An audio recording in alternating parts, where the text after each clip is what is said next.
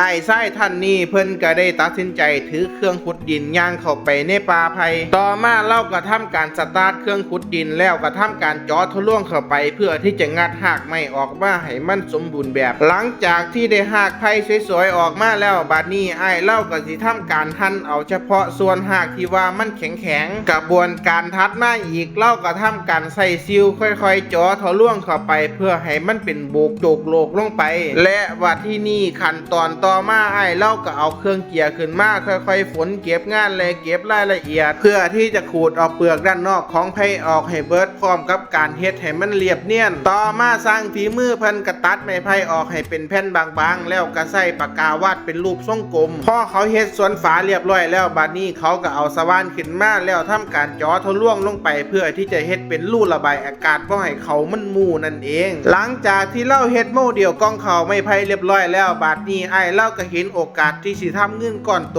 อ้ายเล่าก็ได้ตัดสินใจครั้งใหญ่ในการว่าจ้างคนในหมู่บ้านจำนวนหลายคนให้ไปขุดเอาหากไผ่แก่ๆขึ้นมาแล้วทำการเฮ็ดแบบนี้ซ้ำๆในกรรมวิธีแต่งแต่ต้นจนจบอ้ายเล่าก็สิสาธิตและโซ่ทักษะให้เบิ่งว่าการเฮ็ดกระติบเข้าจากเงาไผ่นั่นเขาเจ้าเฮ็ดกันแบบใดนอกจากซุ่มผู้เฒ่าที่อ้ายเล่าว่าจ้างมาสิสามารถเฮ็ดลอกเลียนแบบได้ถูกต้องแบบ 100% แล้วพี่น้องและท่านผู้ชมทางบ้านคนใดที่มีอุปกรณ์และเครื่องไม้เครื่องมือแล้วก็มีเงาไผ่แบบอ้ายเล่าก็สามารถเฮ็ดกระติบเข้าแบบนี้ได้คือกันครับ